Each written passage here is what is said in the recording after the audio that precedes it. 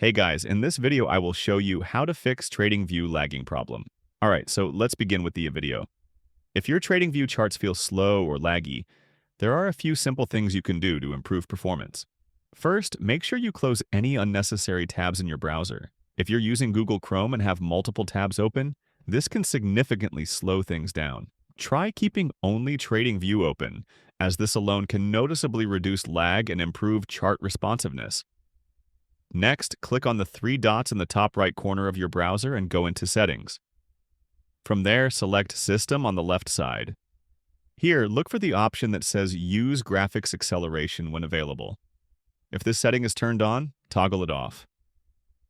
Disabling hardware acceleration often helps reduce lag issues, especially when using chart-heavy platforms like TradingView. If you're still experiencing lag after doing this, the final thing you can try is switching your browser. If you're currently using Google Chrome, try using Opera or Edge instead. Many users find that TradingView runs smoother on a different browser. And that's it. So that's basically how you can fix TradingView lagging problem. So that's all for this video. See you in the next one. Thanks.